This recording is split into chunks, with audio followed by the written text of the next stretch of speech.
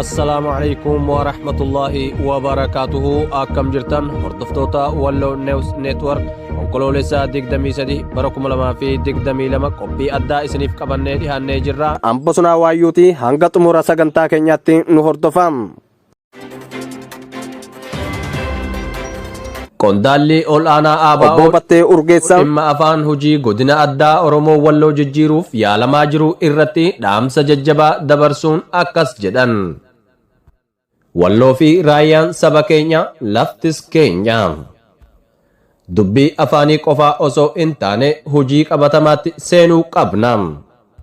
Bulchiinsi mootummaa naannoo Amaaraa yeroo afaan hojii godina addaa Oromoo Walloo afaan Amaaraatti geeddaru har'a teenyee ilaalle boru gaafatama seenaa jalaa hin baanu. Dubbiin kun laayyoo miti, deebiin isaas laayyoo tahuu hin qabu. Hojiin seeraa fi heeraan jalqabamuu qaba. Ummanni Walloo caffeen isaanii osoo hin diigamne hiree murteeffannaa keeyyata 39 akka hojiitti hiikamuuf gaafii dhiheessuu qabu. Kana irratti miseensonni caffee godinichaa dirqama guddaa qabu, shoora guddaas taphachuu danda'u. Hireen Oromoo Walloo Oromiyaa bal'oo waliin tahuu afaanii baasnee dubbachuu qabna. Ummatni Wallootis bakka bu'ootni isaanii gaaffii heeraa fi seeraa kana akka gaafatanii dhugoomsan dhiibbaa gochuu qabu. Mootummaan naannoo Oromiyaatis dhiibbaa barbaachisu gochuu qaba. Godinoonni kibbaa hedduun heera biyyattii irratti hundaa'uudhaan gaaffii dhiheessanii hiree isaanii murteeffachaa jiru. Mirgi hiree ofii murteeffannaa Oromoo Wallootiif hojiirra hin ooliniif maali? Gaaffii haqaati, gaaffii eenyummaati. Gaaffii tajaajila bulchiinsa lafa itti dhihaatuufitti argachuuti. Gaaffii aadaa fi afaan ofii caalaatti dagaagfachuuti. Hundaa olitti mirga heera biyyaa keeyyata 39 kabajamedha. Gaaffii eenyummaa heera biyyaa irratti hundaa'anii gaafachuun mirga namoomaa fi demokiraasiiti. Walloon mirga bu'uuraa dhugoomfatuu qaba. Oromoon akka sabaatti gaaffii kana kaasuuf mirga qaba. Kun akka walqaayititti waan walmiisisaa ta'e hin qabu. Eenyummaan saba sanaa beekame godinni addaa kennameefii jira. Caffee mataa isaa qaba. Mana maree godina sablammii Oromoo jedhamee hojiirra jira. Maaliif Oromoon saba ta'e osoo jiru achitti sablammii ta'a? Sabni tokko bulchiinsi saba isaa osoo jiru maaliif naannoo biraa jala bula? Sabni tokko maaliif naannoo lamatti hirama? Caffee naannoo Amaaraatti afaan hin beekneen maaliif rakkata? Biyya isaa keessatti akka lammii lammaffaatti maaliif ilaalama? Maaliif bulchiinsa naannoo isaatiin yeroo mara itti duulama? Maaliif godinicha diiguu yeroo mara itti dhaaddatama? Bulchiinsa naannoo keessatti qooda hagam qaban laata? Hiree qaban argatanii jiru kun gaaffiidha. Afaan dhaloota isaa afaan Oromoo kan ta'e dhalataan godinichaa naannoo Amaaraa bulchuu ni danda'a? Hin danda'u. Afaan naannoo hin danda'u waan ta'eef osoo danda'ees hin kennamuuf.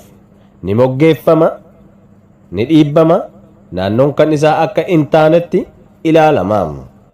Tola ooltummaa naannoo Amaaraatiin akka beekamtiin sun kennameefitti lakkaa'ama. Arjoominni isaanii gaafa geeddarame akka hambisuu danda'anitti herreegu. Dhumaatiin guddaan kunis seenaaf haa ta'u. Mirgi sabaa garuu tola ooltummaa eenyuunuu miti. Sabni guddaan kunis addatti Wallootti sablammii ta'uu hin qabu.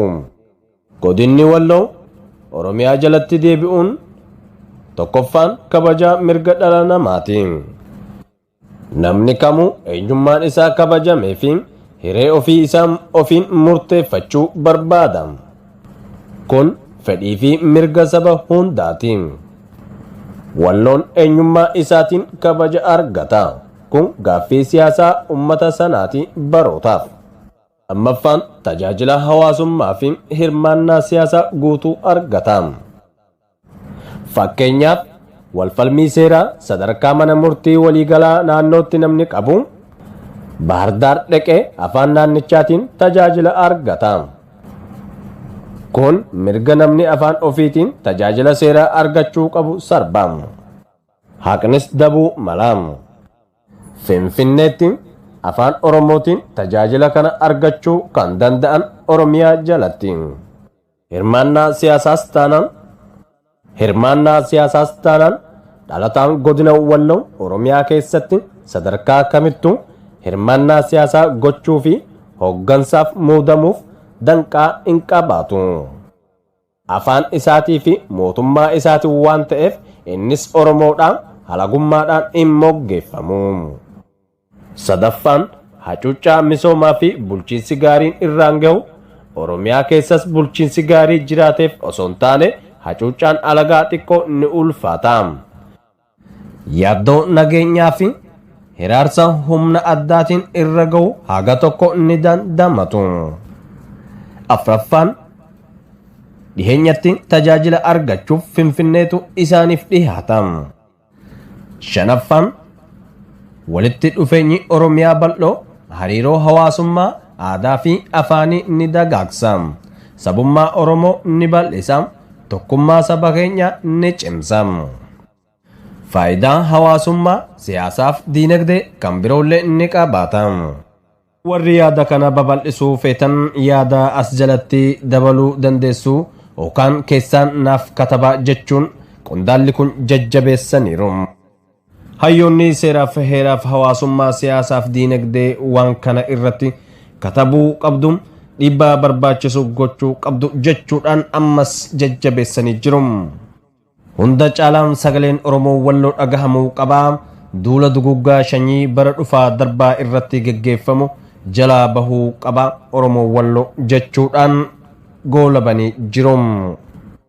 Egaa hordoftoota Walloo News Network qophiin addaa keenya qabannee dhiyaannee turre kana fakkaata ture. Waan nu hordoftaniif galatooma. Hanga sagantaa birootiin walitti deebinutti turtii gaarii.